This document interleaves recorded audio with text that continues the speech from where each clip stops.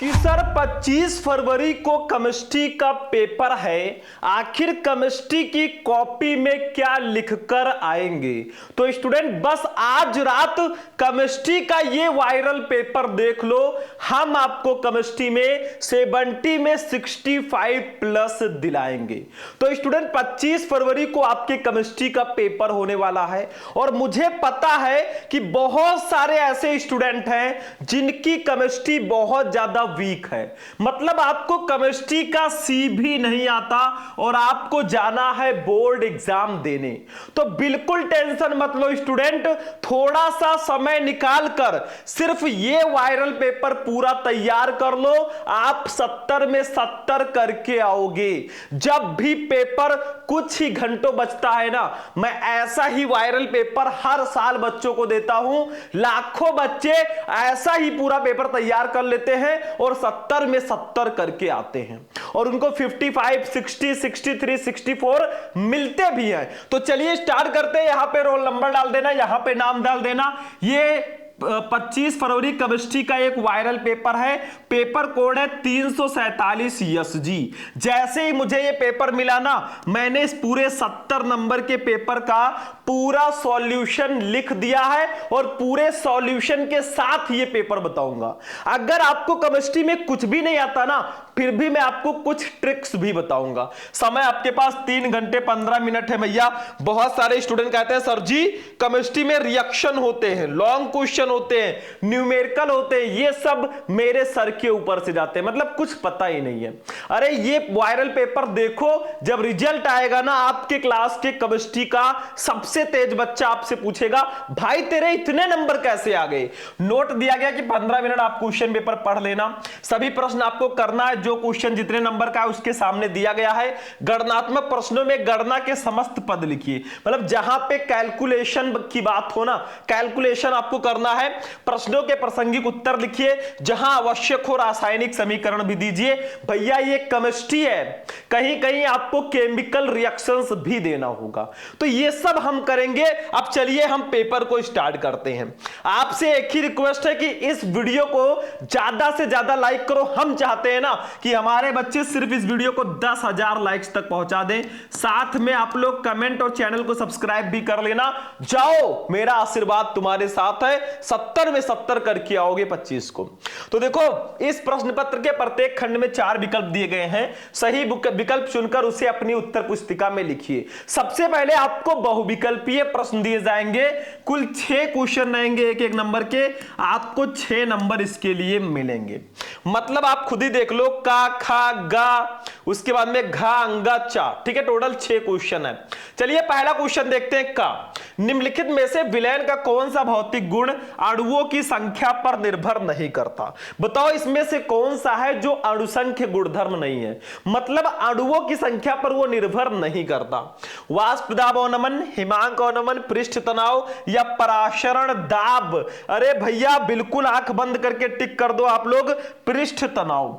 पृष्ठ तनाव जो है ये अणुसंख्य गुणधर्म नहीं है, मतलब ये अणुओं की संख्या पर निर्भर नहीं करता। एकदम सिंपल सा क्वेश्चन है। आप लोग विलयन चैप्टर पढ़े होंगे तो आपने सारे टॉपिक पढ़ा, लेकिन पृष्ठ तनाव नहीं पढ़े होंगे, बाकी आप तीनों टॉपिक पढ़े होंगे। ठीक है, चलो खा वाला क्वेश्चन देखो भैया। शून्य कोट की अपक्रिया के लिए वेग स्थिरांक का मात्रक क्या होता है। शून्य कोट की अपक्रिया के लिए वेग स्थिरांक का मात्रक litre second inverse, litre mole inverse second inverse, mole litre inverse second inverse या मोल सेकंड इनवर्स। भैया तीसरा ऑप्शन सही होगा, mole litre inverse second inverse. चूंकि हमें पूरा पेपर करना है सॉल्व, तो थोड़ा स्पीड में भी चलेंगे भैया। आप लोग समझते चलो, समय बिल्कुल भी नहीं है आपके पास। चाहो तो यही समय सोने में गुजार दो, चाहो सोना बना दो, आपके ऊपर है। गा रंगीन आयनों का निर्माण संभव होता है जब यौगिक में विद्यमान हो। क्या रंगीन आयनों का निर्माण कब संभव होगा, जब यौगिक में क्या होंगे, युग्मित इलेक्ट्रॉन, अयुग्मित इलेक्ट्रॉन, अनाबंधित इलेक्ट्रॉन युग्म, या इनमें से कोई नहीं। भैया आंख बंद करके टिक करो दूसरा ऑप्शन, अयुग्मित इलेक्ट्रॉन। रंगीन आयनों का निर्माण तभी संभव होगा जब यौगिक में अयुग्मित इलेक्ट्रॉन उपस्थित होंगे, अनपेयर्ड इलेक्ट्रॉन, जिनका जोड़ा नहीं होगा। ठीक है, घा वाला देखो, क्लोरोफॉर्म प्रकाश की उपस्थिति में वायु द्वारा धीरे धीरे ऑक्सीकृत होकर क्या बनाता है। क्लोरोफॉर्म का फार्मूला होता है CHCl3, इसको ट्राइक्लोरोमेथेन भी बोलते हैं। जब यह प्रकाश की उपस्थिति में वायु द्वारा धीरे धीरे ऑक्सीकृत होगा तो क्या बनाएगा? फास्जीन, फॉर्मिक अम्ल, फॉर्मिल क्लोराइड या मेथिल क्लोराइड? भैया इसका राइट आंसर जो होगा ना बिल्कुल सिंपल है, फास्जीन बनाता है, जो कि एक अत्यंत विषैली गैस है। जब क्लोरोफॉर्म प्रकाश की उपस्थिति में वायु द्वारा धीरे धीरे ऑक्सीकृत होता है तो फास्जीन बनाता है। अंगा नंबर क्वेश्चन पे आ जाओ बच्चा। अंगा काइनेज अभिक्रिया प्रदर्शित करता है कौन सा यौगिक? बेंजोइक अम्ल, टॉलुइन, बेंजाल्डिहाइड या फॉर्मिक अम्ल? भैया राइट आंसर हो जाएगा बेंजाल्डिहाइड, C6H5CHO। ये जो है काइनेज अभिक्रिया देता है, ठीक है। तो थर्ड ऑप्शन ये चा। एस्कॉर्बिक अम्ल है क्या है? प्रोटीन, एंजाइम, हार्मोन या विटामिन? भैया विटामिन है, विटामिन डी का, सॉरी विटामिन सी का ही तो नाम होता है एस्कॉर्बिक अम्ल, ठीक है, रासायनिक नाम। तो 6 क्वेश्चन आपके ऑब्जेक्टिव हो चुके हैं, एक नंबर के 6 नंबर कंप्लीट। टेंशन बिल्कुल मत लेना भैया, अगर हम आपके साथ है ना 70 में 70 करवा के पेपर आएंगे, सिर्फ आप चलते रहो हमारे साथ कदम से कदम मिला के।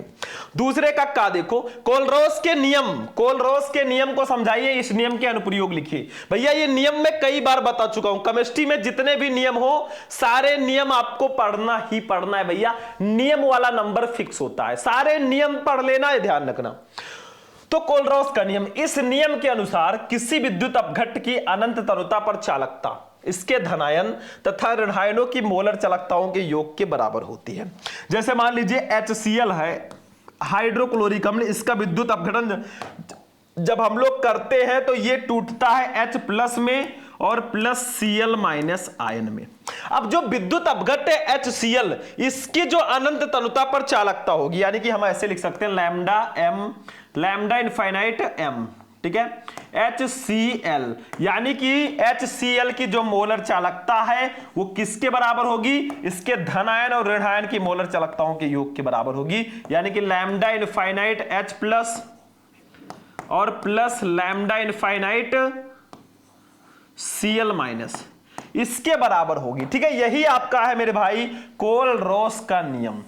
एकदम हलवा वाला टॉपिक है, सिर्फ आपको ऐसे समझ लेना है कि किसी विद्युत अपघट्ट की अनंत तनुता पर चालकता। देखो हमने HCl एक विद्युत अपघट्ट ले लिया, इसका अनंत तनुता पर मोलर चालकता, देखो लैम्डा m का मतलब मोलर चालकता, इनफाइनाइट लिखा है मतलब अनंत तनुता पर, जो इसकी चालकता होगी इसके धनायन और ऋणायन के मोलर चालकताओं के योग के बराबर होगी, यानी कि लैम्डा इनफाइनाइट H+ और लैम्डा इनफाइनाइट Cl-। चूंकि HCl जो है H+ और Cl- आयन में टूटता है, ये धनायन है, ये ऋणायन है, तो इसी के मोलर चालकता के योग के बराबर होगी। नोट कर लो मेरे भाई, इस नियम को मैं पहले भी बता चुका हूं। अब देखो अनुप्रयोग इसका समझ लो, ऊपर बढ़िया सा एक हेडिंग डाल देना, अनुप्रयोग या कोलरोस के नियम के अनुप्रयोग भी हेडिंग आप डाल सकते हो। सबसे पहला उपयोग किया जाता है अनंत तनुता पर दुर्बल विद्युत अपघट्ट की मोलर चालकता ज्ञात करने में कोलरोस के नियम का यूज करते हैं। दूसरा, दुर्बल विद्युत अपघट्टों के वियोजन की मात्रा ज्ञात करने में भी इसका यूज करते हैं। बस हो गया, 2 अनुप्रयोग है मेरे भाई। आगे बढ़ो, दूसरा क्वेश्चन खा। 14.625 ग्राम सोडियम क्लोराइड को 250 ग्राम जल में विलय किया गया, प्राप्त विलयन की मोललता निकालिए भैया। सोडियम का अणुभार 23, क्लोरीन का 35.5। चलो इसको भी जल्दी जल्दी हम लोग कर देते हैं भाई, मतलब समझा के करेंगे, इतनी भी जल्दी नहीं है। ये देखो भाई 14.625 ग्राम सोडियम क्लोराइड को 250 ग्राम जल में घोला गया।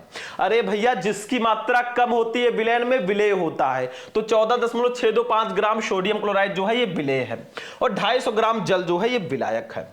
तो सबसे पहले हम लिखेंगे विलय का भार, ध्यान से समझो, विलय का भार, ठीक है, ये हमें दिया गया है, बस ऐसे समझते रहो। विलय का भार जो हमें दिया गया, ये दिया गया बच्चों 14.625 ग्राम, ठीक है, और विलय हमारा जो है ना वो सोडियम क्लोराइड है, तो आप ब्रैकेट में सोडियम क्लोराइड भी लिख सकते हैं। ऐसे विलय का अणुभार भी देख लो, विलय, और विलय के बाद ऐसे ब्रैकेट में लिख देना NaCl, इसका अणुभार, अणुभार।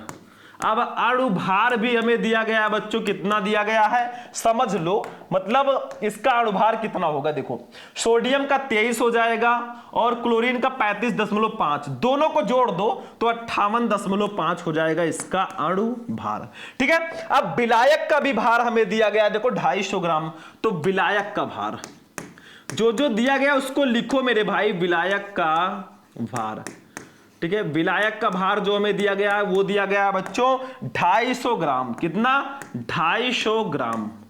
इसको पहले किलोग्राम में बदलो तो बहुत आसान है। देखो 1 किलोग्राम में 1000 ग्राम होता है, तो 250 ग्राम को जब किलोग्राम में बदलेंगे 1000 से डिवाइड करेंगे, 0 से 0 कैंसिल, 25 को 100 से डिवाइड करेंगे तो 0.25। अब ये किलोग्राम आ जाएगा। क्या?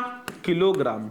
ठीक है, तो यही इसको अगर हम 250 ग्राम को किलोग्राम में लिखें तो 0.25 किलोग्राम। इसको मैं हटा देता हूं और इसके जगह पर हम यही लिख देते हैं 0.25 किलोग्राम। ये हमारा है विलेय का अणु भार, सॉरी विलायक का भार। ठीक है, अब अगली चीज देख लो ध्यान से। उसके बाद में हमें क्या निकालना है? मोललता निकालनी है। लेकिन इसके लिए देखो हम यहां पे लिख देते हैं मोललता। मोललता हमें निकालनी है। मोललता का फॉर्मूला होता है विलेय के मोलों की संख्या अपान विलायक का भार किलोग्राम में। तो देखो यहां पे एक काम करेंगे हम लोग भैया, सबसे पहले विलेय के मोलों की संख्या निकालो। ठीक है, यहां पे हम लोग निकालेंगे विलेय के मोलों की संख्या। ठीक है, विलेय के मोलों की संख्या बराबर होता है विलेय का भार। ठीक है, और इसको विलेय के अणुभार से डिवाइड कर दो। किससे? विलेय के अणुभार, विलेय का अणुभार। ठीक है, इनको हम डिवाइड कर देंगे तो विलेय के मोलों की संख्या आ जाएगी। देखो विलेय का भार कितना है वो उधर देखो, विलेय का भार है 14.625 और अपान विलेय का अणुभार है 58.5। जब इसको कट करोगे ना तो 14 चौका 56, लगभग 1/4 आएगा। और 1/4 को हम लोग लिख सकते हैं, देखो 1 को 4 से डिवाइड करोगे तो 0.25 आएगा, यानी कि इसको कट करोगे तब। तो विलेय के मोलों की संख्या आ गई 0.25 मोल। ठीक है, तो हमें अब दो चीज याद रखना है। देखो जगह है नहीं तो दो चीज आप लोग याद रखिएगा। देखो हमें दिया गया है विलेय के मोलों की संख्या हमने निकाल ली और विलायक का भार भी हमने निकाल लिया। ये भी 0.25 मोल है विलेय के मोलों की संख्या, और विलायक का भार भी 0.25 किलोग्राम है। अब हम मोललता निकाल लेंगे, उसको मैं इरेज करता हूं। ठीक है, इसको मैं यहां से हटा देता हूं, आप लोगों ने नोट कर ही लिया होगा। ठीक है, बहुत आसान है। अब हम निकाल लेंगे भैया विलयन की मोललता। मोललता लिख दो या विलयन की मोललता भी लिख सकते हो। विलयन की मोललता। ठीक है, तो विलयन की मोललता बराबर होता है, देखो ध्यान से, विलेय के मोलों की संख्या। फॉर्मूला होता है भैया विलेय के मोलों की संख्या। ठीक है, अपान विलायक का भार। विलायक का भार। ठीक है, विलायक का भार जो है ये केजी में है, मतलब किलोग्राम में। ठीक है, ये फॉर्मूला होता है भैया विलयन की मोललता का। अब देखो विलेय के मोलों की संख्या हमारा 0.25 था और विलायक का भार भी 0.25 था। कट जाएगा दोनों, 1 आएगा, यानी कि हमारी मोललता फाइनली आ गई। ठीक है, या ऐसे ही लिख सकते हैं मोललता। मोललता बराबर हमारी आ गई भैया 1 आएगा। कितना आंसर आ गया है? 1। तो 1 और इसका मात्रक होगा मोल प्रति किलोग्राम। मोल प्रति किलोग्राम। ठीक है, तो यही हमारा आंसर हो जाएगा, 1 मोल प्रति किलोग्राम। बस हो गया। तो हमें कुछ करना नहीं था, विलेय का भार, विलेय का अणुभार दिया गया था भैया, हमने विलेय के मोलों की संख्या निकाल ली, भार बता अणुभार। विलायक का भार हमें दिया गया था किलोग्राम में, ग्राम में दिया गया था, किलोग्राम में मैंने बताया तो 0.25 आया। बाकी विलयन की मोललता का फॉर्मूला मैंने लगा दिया, फाइनली मोललता 1 मोल प्रति किलोग्राम आ गई। नोट कर लो इसको, बाकी आप समझ गए होंगे भाई, आसान है। ठीक है, चलो अगला क्वेश्चन देखो, टेंशन मत लो, सारे क्वेश्चन मैं बताने वाला हूं। अगला क्वेश्चन पे आ जाओ भैया। नेक्स्ट क्वेश्चन हमारा है गा वाला। संक्रमण तत्वों में जटिल यौगिक बनाने की प्रवृत्ति अधिक क्यों होती है? मतलब संक्रमण तत्व जो होते हैं उनमें जटिल यौगिक बनाने की प्रवृत्ति अधिक क्यों होती है? तो इसका भी एक रीजन है, ये देखो भैया गा। संक्रमण तत्वों में जटिल यौगिक बनाने की प्रवृत्ति निम्नलिखित कारणों से अधिक होती है। पहला रीजन हमारा है, एक एक रीजन को बस समझ लो। धातु आयनों का छोटा आकार इसमें होता है, धातु आयनों का उच्च नाभिकीय आवेश होता है, लिगैंड द्वारा प्रदान किए गए इलेक्ट्रॉनों के एकाकी युग्मों को ग्रहण करने के लिए उपयुक्त ऊर्जा के रिक्त द्विकक्षक की प्राप्यता होती है। यही 3 रीजन है भैया कि संक्रमण तत्वों में जटिल यौगिक बनाने की प्रवृत्ति अधिक होती है। स्क्रीनशॉट ले लेना। एक क्वेश्चन और है, फिर ये 4 क्वेश्चन हमारा कंप्लीट। लिगैंड क्या है, 2 उदाहरण भी दीजिए। अति लघु उत्तरीय प्रश्नों में ना ये आपके 4 क्वेश्चन हो गए, 2-2 नंबर के, 8 नंबर आपका कंप्लीट। अभी 8 नंबर का और होगा अति लघु उत्तरीय प्रश्न, टोटल 16 नंबर का आता है। लेकिन थोड़ा सा लिगैंड के बारे में समझ लेते हैं, फिर अगले क्वेश्चन पे चलेंगे। देखो भैया लिगैंड, ये देखो बहुत इंपॉर्टेंट है। देखो ध्यान से, वो आणविक अथवा आयनिक स्पीशीज जो संकर यौगिक में केंद्रीय धातु परमाणु अथवा आयन से अस्थायी रूप से जुड़ी हो लिगैंड कहलाती है। जैसे मैंने बताया था आपको K4 FeCN6, ठीक है, K4 FeCN6। अब इसमें देखिए क्या है, ध्यान से, ये है केंद्रीय धातु परमाणु, केंद्रीय धातु परमाणु, ठीक है, ये हमारा है। अब इससे अस्थायी रूप से कौन जुड़ा है भैया, ये CN हमारा जुड़ा है, तो यही होगा लिगैंड। मतलब जो केंद्रीय धातु परमाणु अथवा आयन से अस्थायी रूप से जुड़ी हो लिगैंड कहलाती है। तो हमारा Fe है केंद्रीय धातु परमाणु, इससे अस्थायी रूप से CN जुड़ा है, ये लिगैंड होगा। CN जो होगा CN- के रूप में होगा, Fe जो हमारा है वो Fe2+ के रूप में होगा, ठीक है। तो यही आपका हो जाएगा लिगैंड, कौन, CN-, ठीक है। मतलब जो केंद्रीय धातु परमाणु से अस्थायी रूप से जुड़ी हो लिगैंड कहलाती है। ये डेफिनेशन याद रखना भैया, परिभाषा यही लिख दोगे, नंबर आपको मिल जाएगा, टेंशन लेना ही मत। चलो भैया आगे बढ़ते हैं। अब 4 क्वेश्चन और रहेंगे अभी हमारे, ये देखो तीसरे का समझ लो, बहुत इंपॉर्टेंट है भाई ये क्वेश्चन। देखो, एक अवाष्पीय पदार्थ के 2.5 ग्राम को 100 ग्राम बेंजीन में घोलने पर क्वथनांक की 0.4 डिग्री सेल्सियस वृद्धि हुई है। बेंजीन के लिए मोलल उन्नयन स्थिरांक 2.67 है। पदार्थ के अणुभार की गणना कीजिए, ठीक है। चलो इसको भी थोड़ा सा समझ लेते हैं भाई, इसका भी आंसर जान लेते हैं, टेंशन मत लेना, टाइम भले ही लग जाए लेकिन हम सारे क्वेश्चन का आंसर भी समझेंगे। देखो, एक अवाष्पीय पदार्थ के 2.5 ग्राम को 100 ग्राम बेंजीन में घोला गया, किसकी मात्रा कम है, 2.5 की, तो ये हो जाएगा, ध्यान से समझो मेरे भाई, थोड़ा सा ऊपर कर दें और हाँ चलो, ये हो जाएगा हमारा विलेय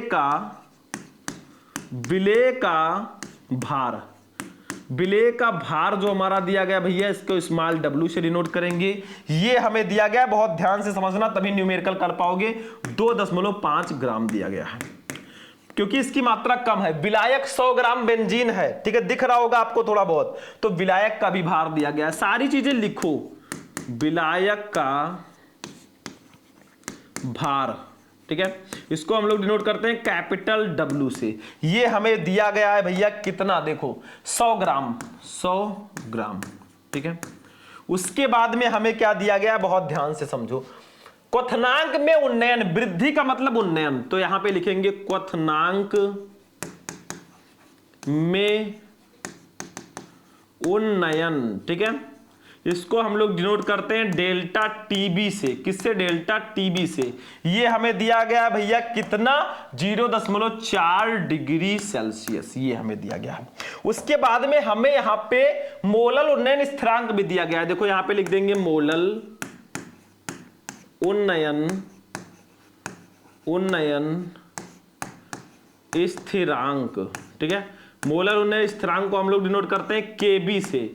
ये भी हमें दिया गया भैया कितना, 2.67, ये देखो दिया है। पदार्थ का अणुभार आपको निकालना है, तो यहां से निकाल लेंगे भैया, पदार्थ का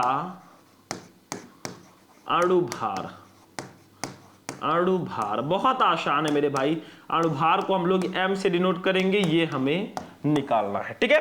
तो चलो इसको हम लोग निकाल लेते हैं भाई, कुछ है नहीं मेरे हिसाब से, ये बहुत इंपॉर्टेंट है और बहुत आसान भी है। चलो इसको ऐसे हम लोग थोड़ा सा साइड में करेंगे और हम फॉर्मूला डायरेक्ट अणुभार का ही लगा देते हैं हम लोग, ठीक है। अणुभार का जो फॉर्मूला होगा वो हो जाएगा m बराबर m बराबर हमारा हो जाएगा, ध्यान से समझना, 1000 गुड़े KB गुड़े स्मॉल w, ठीक है, अपान delta TB into capital W। अब कुछ बच्चे कहेंगे सर जी ये वाला फॉर्मूला कहां से आया? अरे मैंने आपको बताया था कि डेल्टा TB, देखो इसको इधर लेकर चले जाओ, डेल्टा TB बराबर 1000 गुड़े KB गुड़े स्मॉल w अपान यम इंटू कैपिटल W होता है। मैं क्या किया हूं कि डेल्टा TB को इसके नीचे लेकर आ गया, यम को उधर लेकर चला गया, ये फॉर्मूला होता है, ठीक है। इसी पर वैल्यूज को रख दो, आंसर आ जाएगा। m बराबर हमारा हो जाएगा, देखो 1000 तो ऐसे ही रहेगा भाई, इसको ऐसे रहने देंगे।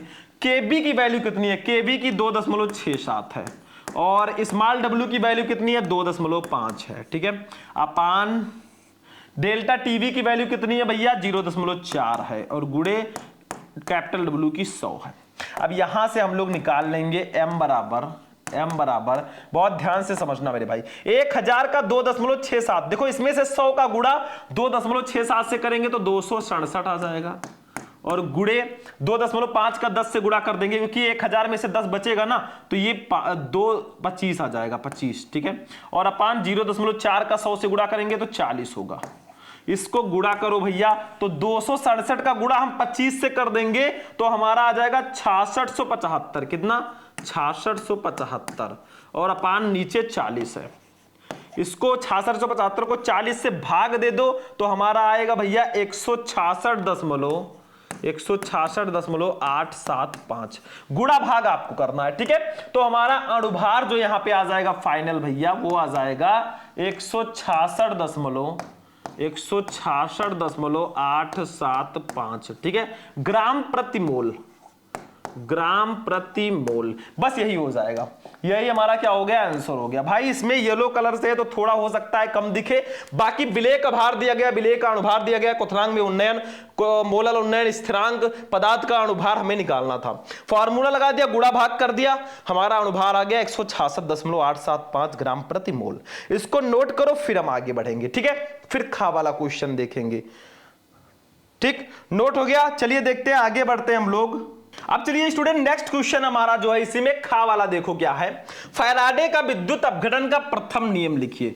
भैया चाहे फैराडे का नियम हो, चाहे हेनरी का नियम, चाहे राउल्ट का नियम, चाहे कोलरॉस का नियम, नियम जितने भी हैं सारे के सारे पढ़ लो, ठीक है, सारे के सारे नियम आप पढ़ लो, काम खत्म है। और साथ में नेम्ड रिएक्शंस जो है उसको भी पढ़ लेना, काम खत्म, ठीक है। तो फैराडे के आप लोग यूट्यूब पे सर्च करना, फैराडे के विद्युत अपघटन का नियम, शुभम लेक्चरर, आपको मेरा दोनों नियम का वीडियो मिल जाएगा, जाकर देख लेना, वो मैंने आपको अलग से पढ़ा रखा है, ठीक है। वीडियो को लाइक करते हुए चलना भैया, सारा सॉल्यूशन भी मैं आपको दे रहा हूं, गा देखो।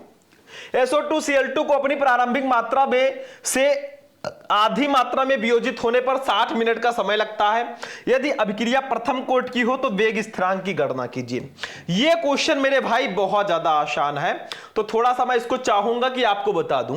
मतलब आधी मात्रा में वियोजित होने का मतलब हमें T½ की वैल्यू दी गई है, T½ की वैल्यू दी गई है कितना? 60 मिनट, 60 मिनट हमें दिया गया है अर्धायु काल की वैल्यू, ठीक है। बहुत ध्यान से समझना मेरे भाई, कुछ करना नहीं है, आप पहले T½ को 60 मिनट को सेकंड में बदल लो।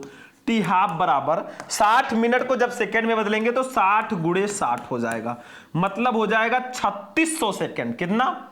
हाँ यहीं पे मैं नीचे लिख देता हूं, 3600 सेकंड हो जाएगा, ठीक है, इतना हो गया।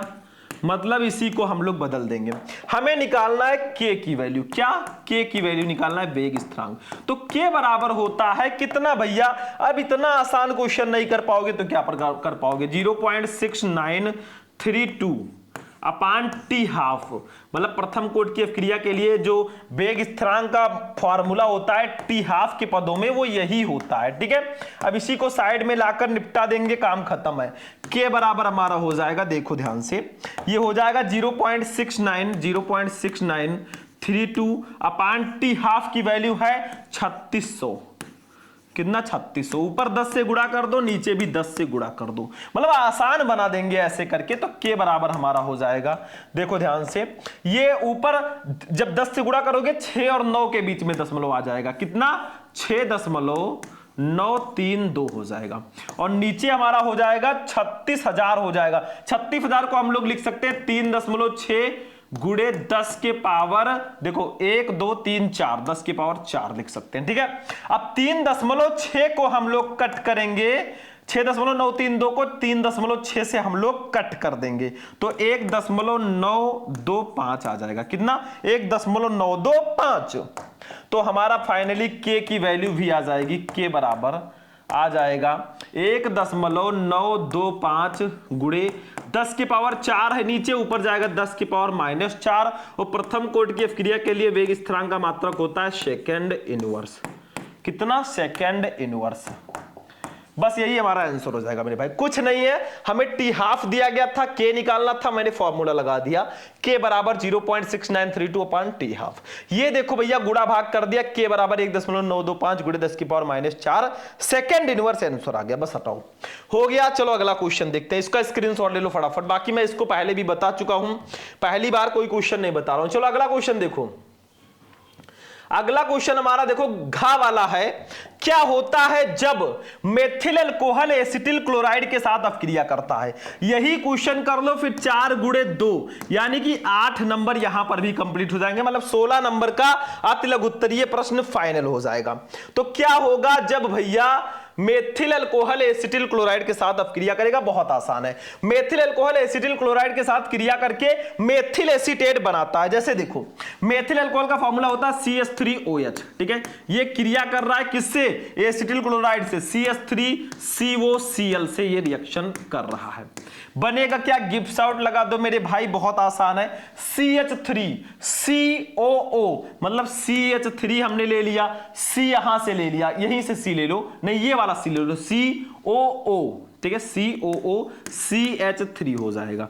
बचेगा क्या आपका? साथ में H बचा, वहां पे Cl बचा, तो HCl बच जाएगा। मतलब सिंपल है, हमने ले लिया है यहां पे ये मेथिल अल्कोहल है, इसकी अपक्रिया एसिटिल क्लोराइड के साथ कराया तो हमारा देखो ये बन गया मेथिल एसीटेट। इसका नाम है मेथिल एसीटेट, ठीक है, मेथिल एसीटेट। ये हमारा बन गया भैया। यही तो रिएक्शन आपका है कि मैंने मेथिल अल्कोहल ले लिया, नामकरण कर दो भैया, इसका नाम है मेथिल अल्कोहल, लिख दो थोड़ा सा, मेथिल अल्कोहल, अल्कोहल, ठीक है। इसका रिएक्शन कराया हमने एसिटिल क्लोराइड से, किससे? एसिटिल क्लोराइड, क्लोराइड से मैंने रिएक्शन करा दिया तो हमारा बना है मेथिल एसीटेट और हाइड्रोक्लोरिक एसिड। बस हो गया, मैं हटाता हूं इसको, आगे बढ़ते हैं, समय बिल्कुल भी नहीं है मेरे भाई। अब जो क्वेश्चंस आएंगे उनमें मैं किसी किसी का आंसर दूंगा भाई, सबका नहीं दूंगा। बाकी फुल सॉल्यूशन चाहिए तो आप लोग कमेंट बॉक्स में कमेंट करके जरूर बता देना, फिर भी मैं आंसर दूंगा। देखो एक आध क्वेश्चन का देखो, न्यूक्लिक अम्ल क्या होते हैं, इनके दो महत्वपूर्ण कार्य लिखिए भाई। न्यूक्लिक अम्ल बहुत ज्यादा पूछा जाता है, आपको पता होगा DNA RNA ये सब न्यूक्लिक अम्ल ही तो हैं, तो यही आपको पढ़ना है। फिर सिद्ध कीजिए कि प्रथम कोटि की अपक्रिया को 3/4 पूर्ण करने में लगा समय अर्ध क्रिया को पूर्ण करने में लगे समय का 2 गुना होता है। केमिकल काइनेटिक रासायनिक बलगतिकी का ये न्यूमेरिकल है। आपको मैंने बताया केमिस्ट्री में 2-3 चैप्टर से न्यूमेरिकल आते हैं। फर्स्ट चैप्टर विलयन, सेकंड विद्युत रसायन, थर्ड रासायनिक बलगतिकी, इन्हीं से न्यूमेरिकल आते हैं भाई। तीनों चैप्टर के फॉर्मूले घोलकर पी लो, बाकी यूट्यूब पे सर्च करो chemical kinetic chapter important numerical Shubham lecturer, एक ही वीडियो में पूरे चैप्टर का न्यूमेरिकल मैंने बताया है। सॉल्यूशन चैप्टर का सर्च करना है तो सर्च करो solution chapter important numerical Shubham lecturer, एक ही वीडियो में सारा न्यूमेरिकल, जाकर देखो तो कम से कम चलोगा। ये लघु उत्तरीय प्रश्न है 3-3 नंबर वाला। स्मिथ अपक्रिया द्वारा एथिलमीन बनाने का रासायनिक समीकरण लिखिए तथा एथिलमीन की एसिटाल्डिहाइड तथा नाइट्रस अम्ल के साथ होने वाली अभिक्रियाओं के रासायनिक समीकरण भी दीजिए। 3, 4, 5 दोनों नंबर में ये पूछे जाते हैं और मैं आपको ऑलरेडी बता चुका हूं। घा वाला देखो, मेथिल अल्कोहल से एथिल अल्कोहल कैसे प्राप्त करेंगे भाई? मेथिल अल्कोहल CH3OH, इससे आप लोग एथिल अल्कोहल C2H5OH कैसे प्राप्त करोगे? बहुत इंपॉर्टेंट क्वेश्चन है ये भी। तो 4 क्वेश्चन हो गए 3-3 नंबर के, 12 नंबर कंप्लीट। अभी मैं एक क्वेश्चन का और आंसर दूंगा, टेंशन मत लेना, 5वें का। अभिक्रिया की कोटि और आणविकता को समझाइए, बहुत इंपॉर्टेंट क्वेश्चन। अभिक्रिया की कोटि क्या होती है, आणविकता क्या होती है, ये 4 नंबर में आता ही आता है और मैंने केमिस्ट्री के अलग अलग वीडियोस में ये क्वेश्चंस बता रखे हैं। यूट्यूब पे जाना, हमारे चैनल शुभम लेक्चरर पे प्लेलिस्ट में जाना, केमिस्ट्री के महत्वपूर्ण प्रश्न के सारे इंपॉर्टेंट क्वेश्चन उसी प्लेलिस्ट में मिलेंगे। डीडीटी पर संक्षिप्त टिप्पणी कीजिए, बहुत इंपॉर्टेंट है। गा संयोजकता आबंध सिद्धांत बैलेंस बॉन्ड थ्योरी की संक्षेप में व्याख्या कीजिए। बीबीटी क्या होता है, ये भी बहुत इंपॉर्टेंट है। घा ल्यूकास परीक्षण क्या है, इसका प्रयोग किस प्रकार के यौगिकों को पहचानने में किया जाता है, उदाहरण सहित समझाइए। मतलब 4 क्वेश्चन 4 नंबर के 16 नंबर का ये भी लघु उत्तरीय प्रश्न रहेगा और इसको मैं बता देता हूं। देखो ल्यूकास परीक्षण ये प्राइमरी, सेकेंडरी तथा टर्सरी अल्कोहलों में विभेद करने की अत्यंत सरल विधि है। मतलब प्राथमिक, द्वितीयक और तृतीयक अल्कोहल में अंतर करने की ये बहुत ही सरल विधि है। ये भिन्न भिन्न अल्कोहलों की ल्यूकास अभिकर्मक सांद्र HCl प्लस निर्जल जलन Cl2 के प्रति भिन्न भिन्न गति से अभिक्रिया करने पर आधारित है। मतलब आप प्राथमिक, द्वितीयक और तृतीयक अल्कोहलों में अंतर कैसे करोगे, उसी को अंतर करने की ये विधि है ल्यूकास परीक्षण। ठीक है, मतलब हम अल्कोहल लेंगे और उसका ल्यूकास अभिकर्मक यानी कि सांद्र HCl प्लस निर्जल जलन Cl2 के साथ अपक्रिया कराएंगे। होगा क्या, जब किसी अल्कोहल में ल्यूकास अभिकर्मक मिलाते हैं तो एल्किल क्लोराइड बनता है जिससे धुंधलापन उत्पन्न होता है। अब धुंधलापन कितनी जल्दी उत्पन्न होगा उसी के टाइमिंग से हम पता लगाएंगे प्राथमिक है, द्वितीयक है या तृतीयक है। हम लेते हैं भैया एल्कोहल, ROH को ले लेंगे, मतलब एल्कोहल को ले लेंगे, इसका रिएक्शन करा देंगे एल्किल हैलाइड से। ठीक है, मतलब इसका रिएक्शन करा देंगे किससे, ल्यूकास अभिकर्मक से। सांद्र HCl ले लेंगे, सांद्र HCl, और गिब्स आउट ऊपर ZnCl2 ले लेंगे। क्या, ZnCl2, इसी को तो बोलते हैं ल्यूकास अभिकर्मक सांद्र HCl प्लस निर्जल ZnCl2। तो हमारा बन जाएगा, देखो R जो है, R जुड़ जाएगा Cl से, तो RCl बन जाएगा एल्किल क्लोराइड। देखो ये R इस Cl से जुड़ गया, HHO मिलकर बना देंगे H2O, तो यही बन गया। ठीक है, इसका नाम है बच्चों एल्किल क्लोराइड, एल्किल क्लोराइड। ठीक है, तो जब हम किसी अल्कोहल की ल्यूकास अभिकर्मक के साथ रिएक्शन कराते हैं तो एल्किल क्लोराइड बनता है और जल। तो एल्किल क्लोराइड जब बनता है ना तो धुंधलापन उत्पन्न होता है, लेकिन कितनी जल्दी उत्पन्न होगा उस पर यह डिपेंड करेगा। देखो कौन प्राथमिक है, कौन द्वितीयक, कौन तृतीयक। कमरे के ताप पर टर्सरी अल्कोहल तुरंत धुंधलापन उत्पन्न करते हैं। अगर वो टर्सरी अल्कोहल होगा यानी कि तृतीयक अल्कोहल, तो तुरंत धुंधलापन उत्पन्न करेगा। इसका ट्रिक है, कैसे याद रखोगे, ता से तुरंत, ता से तृतीयक, मतलब तुरंत धुंधलापन उत्पन्न करेगा तो तृतीयक अल्कोहल। कमरे के ताप पर सेकेंडरी अल्कोहल 5 से 10 मिनट बाद धुंधलापन उत्पन्न करते हैं, और अगर ये सेकेंडरी अल्कोहल होगा, द्वितीयक अल्कोहल, तो ये 10 मिनट बाद यानी कि 5 से 10 मिनट बाद धुंधलापन उत्पन्न होगा। कैसे याद रखोगे, दा से द्वितीयक और दा से 10 मिनट बाद। ठीक है, तो 5 से 10 मिनट बाद अगर धुंधलापन उत्पन्न हो रहा है तो द्वितीयक अल्कोहल। तृतीयक देखो प्राथमिक, कमरे के ताप पर प्राइमरी अल्कोहल धुंधलापन उत्पन्न नहीं करते हैं, अतः विलयन पारदर्शक होता है। बस हो गया, 4 नंबर के भी 4 क्वेश्चन थे, 16 नंबर कंप्लीट। आप चलेंगे भैया लॉन्ग क्वेश्चन पे, 5 नंबर वाले लास्ट क्वेश्चन देखो। 6 का निम्नलिखित को समझाइए। पहला, अल्कोहलों का अणुभार बढ़ने पर जल में इनकी विलयता घटती है। दूसरा, पावर अल्कोहल क्या है, उसका उपयोग क्या है। तीसरा, फिनॉल अम्लीय होते हैं क्यों। तीनों बता दो, 5 नंबर ले जाओ। अथवा लगाए डाई एथिल ईथर बनाने की प्रयोगशाला विधि का वर्णन कीजिए। संबंधित अपक्रियाओं के रासायनिक समीकरण भी दीजिए। इनकी अंधेरे में क्लोरीन के साथ अपक्रिया का समीकरण दीजिए। Die ethyl ether C2H5O C2H5, इसी को बोलते हैं die ethyl ether.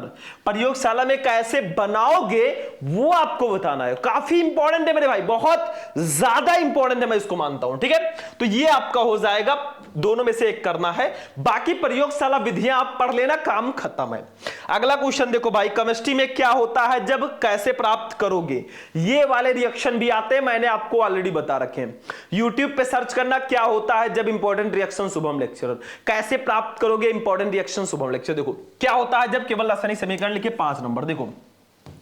First, methyl chloride की अपक्रिया केसियन से होती है। फॉर्मेल्डिहाइड फेलिंग मिलेन के साथ अपक्रिया करता है। क्लोरोफॉर्म को चांदी के चूर्ण के साथ गर्म किया जाता है। बेंजोइक अम्ल को सांद्र H2SO4 की उपस्थिति में हाइड्रोजोइक अम्ल के साथ अपकृत कराया जाता है। और पांचवा, फिनॉल का एसिटिलीकरण पिरीडीन की उपस्थिति में होता है। तो क्या बनेगा, केवल केमिकल रिएक्शन देना है, डिस्क्राइब नहीं करना।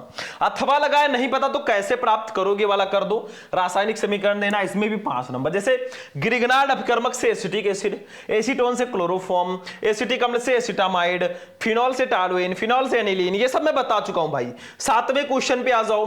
देखो 20 नंबर के आते हैं लॉन्ग क्वेश्चन, 5-5 नंबर वाले 4 क्वेश्चन रहेंगे 8, लेकिन करना चाह रही है। देखो, शुद्ध एसीटोन बनाने की प्रयोगशाला विधि का वर्णन कीजिए। इसके प्रमुख रासायनिक गुण भी दीजिए। अथवा लगा है। एथिलेमिन बनाने का रासायनिक समीकरण लिखिए तथा निम्न के साथ इनकी रासायनिक अपक्रियाओं के समीकरण भी लिखिए। जैसे पहला, क्लोरोफॉर्म तथा एल्कोहलीय KOH, दूसरा नाइट्रस अम्ल, एथिलेमिन C2H5NH2, ये एथिलेमीन है। ठीक है, चलो आगे बढ़ते हैं। ये हो गया। बाकी मैंने आपको पहले भी लॉन्ग क्वेश्चंस बता रखे, यूट्यूब पे सर्च करोगे आ जाएगा। खा, ग्लूकोज का संरचना सूत्र लिखिए। इसकी 3 रासायनिक अपक्रियाओं का वर्णन कीजिए जिनसे इसके पॉलीहाइड्रोक्सी एल्डिहाइड का होना सिद्ध होता है।